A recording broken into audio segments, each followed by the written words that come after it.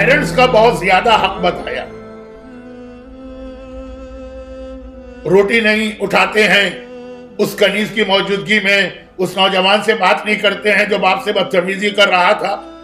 تو ابو خالد نے کہا کہ مولا اب میرا دل چاہتا ہے کہ میں اپنے وطن جاؤں. میری ماں اس عرصے میں تو بہت بوڑھی ہو گئی ہوگی, اسے ضرورت ہوگی کہ میں اس کی خدمت کروں. ویسٹ کا ایک بڑا پرابلم یہ بھی ہے کہ دنیا کمانے کے لیے بہت سے لوگ اپنے پیرنٹس کو چھوڑ کے آ جاتے ہیں. اچھا, بعض پیرنٹس اس نیچر کے ہیں کہ خود کہتے ہیں کہ جاؤ, تمہاری زندگی بن جائے, تمہارے بچوں کی زندگی بن جائے, یا تمہاری جان بچ جائے.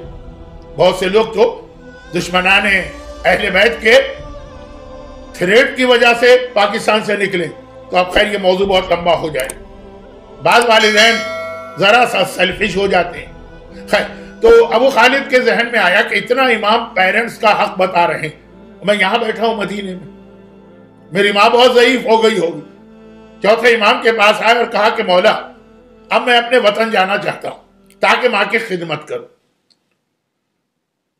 جا کے دیکھوں, اگر ماں کو خدمت کی ضرورت نہیں ہے تو واپس آ جاؤں گا, اور اگر ضرورت ہے تو وہیں رہوں گا.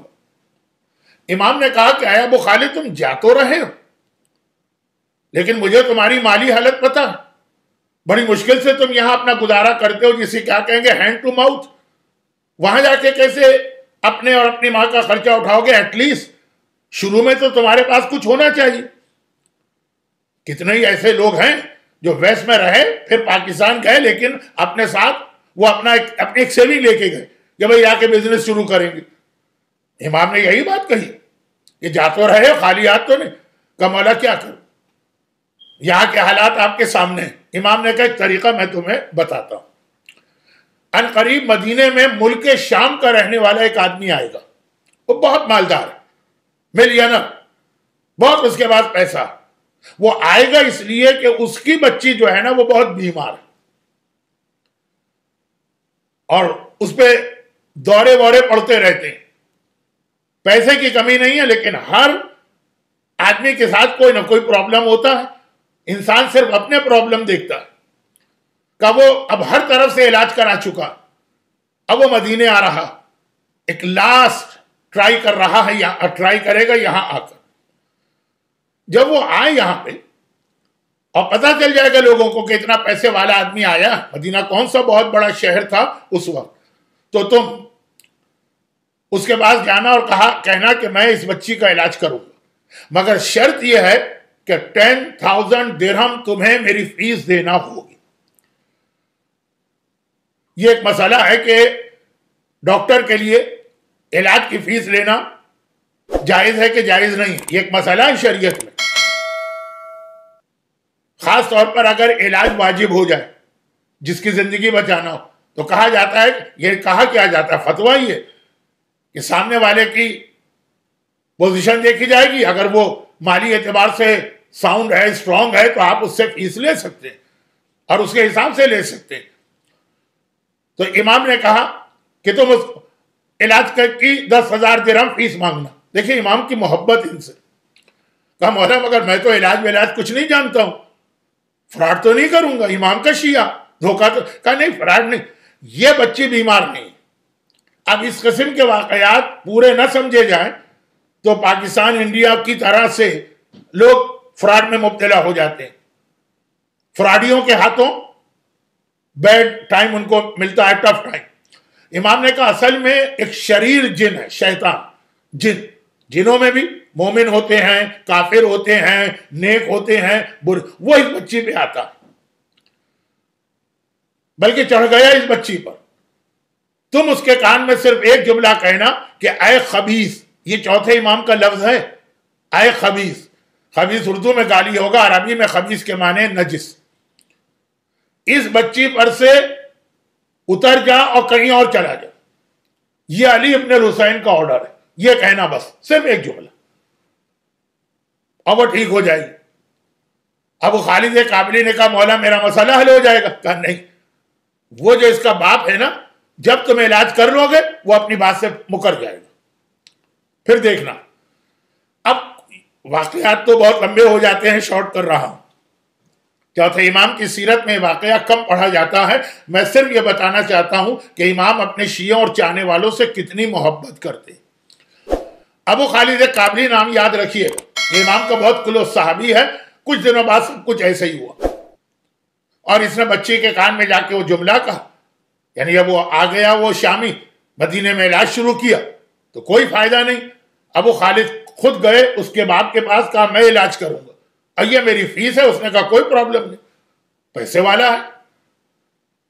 ابو خالد نے صرف ایک جملہ کہا، یہ علاج تھا، ایک جملہ، اور وہ جن جو تھا فوراً اس بچی کے اوپر سے اتر کے چلا گیا. ہمارے انڈیا پاکستان میں ایسے ہی واقعات سے تو لوگ غلط فائدہ اٹھاتے کہ جی وہ امام کی سیرت میں کہ جن آتا. ہاں ہے امام کی سیرت میں، لیکن ہر واقعے میں جن نہیں آئے.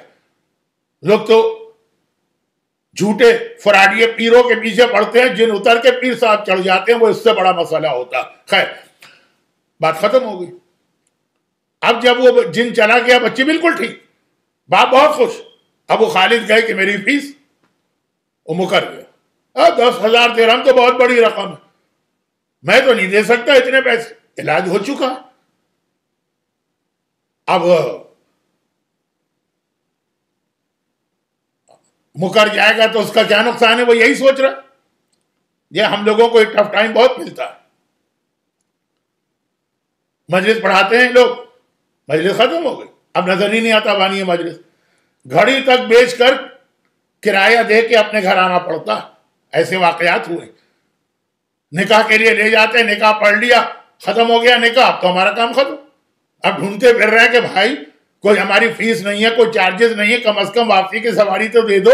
جو نکاح بھی کتنے بجے ہوتے ہیں؟ رات کے 1:30 بجے. کیسے گھر جائیں گے؟ نظر ہی نہیں آ رہے وہ صاحب. یہ ٹف ٹائم کی وجہ سے بہت سے مذہبی لوگوں کو کمرشل بننا پڑا. جیسے اس واقعے کے اندر امام پیغام دے. ابو خالد کابلی سیدھے امام کے پاس آئے کہ مولا یہ ہو گئے، آپ نے تو میری مدد کرنا چاہی تاکہ میں اپنی ماں کی خدمت کروں. امام نے کہا ٹھہر جاؤ، یہ جن جو گیا ہے نا یہ واپس آئے گا. جملہ یاد رکھیے، امام نے جملہ کیا کہلوایا تھا؟ اس بچی پر سے اتر جا، کہیں اور چلے جا. چلا گیا، کہا یہ پھر آئے گا، اور پھر وہ باپ مجبور ہو کے تیرے پاس پہنچے گا، اور اب اس سے ایڈوانس میں پیسے لے لینا، لیکن خود نہ لینا. اس سے آ کے کہنا کہ یہ رقم بطور امانت علی ابن الحسین کے پاس رکھوا دو، چوتھے امام کے پاس. اگر جن نہیں اتار پایا، یعنی علاج نہیں کر پایا، تو اپنے پیسے واپس لے لو، اور اگر علاج کر دیا تو پھر یہ مجھے ملیں گے. مجھے بھی مت دو، کیونکہ ہو سکتا ہے باپ کے دل میں یہ ڈر کہ میں نے پیسے دے دیے اور علاج اس نے نہیں کیا تو میرے پیسے ضائع ہو گئے. دونوں پارٹیز کے دلوں میں بدگمانی ہو سکتی ہے نا. ان کے پاس رکھوا دو.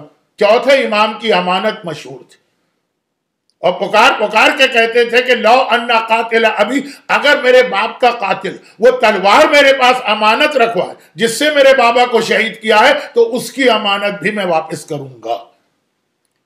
ہاں وہ راضی ہو گیا. شامی وہ دیکھ چکا کہ یہ علاج جانتا ہے، علاج کر سکتا ہے،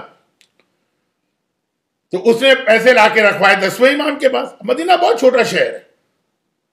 10,000 درہم. امام نے اس ابو خالد کو بلایا، کہا اب اس کے کان میں کہنا کہ اے خبیث، علی ابن الحسین کہتے ہیں کہ اس بچی پر سے چلا جاؤ اور دوبارہ واپس نہ آنا، ورنہ فَاحْتَرَقْتُ بِالنَّارِ اللَّهِ الْمُوقِدَةِ الَّتِي تَطَّلِعُ عَلَى الْأَفْئِدَةِ. دوبارہ واپس نہ آنا، ورنہ چوتھے امام کہتے ہیں، میرا نام لینا، کہ میں تمہیں ایک ایسی آگ میں جلاؤں گا جو اللہ کی طرف سے بھڑکنے والی آگ ہے، جو قیامت کی آگ. یہ قرآن کی آیت تھی جو آخر میں نے پڑھی. وقت پھسل رہا ہے میرے ہاتھ سے. چنانچہ اب ابو خالد نے بچی کے کان میں جملہ کہا اور وہ جن ہمیشہ کے لیے چلا گیا. 2 چیزیں امام نے کہی، واپس نہ آنا، اور اگر آیا تو اس آگ میں جلایا جائے گا. اور ابو خالد کابلی اچھا خاصا اپنی جائز حلال طریقے سے کمائی ہوئی آمدنی لے کے ماں کی خدمت کے لیے چلے. یہ ابو خالد. واقعے سے آپ کو اندازہ ہو گیا ہوگا کہ امام ان سے بڑی محبت کرتے تھے. ان کے پرابلم یہ امام کے سامنے پیش بھی نہیں کر رہے، امام خود ان کا پرابلم سمجھ کے سلوشن لا رہے ہیں. انہوں نے نہیں کہا تھا کہ مولا میں ماں کے پاس جاؤں گا تو خالی ہاتھ کیسے جاؤں. خود امام نے کہا کہ کیسے جاؤ گے.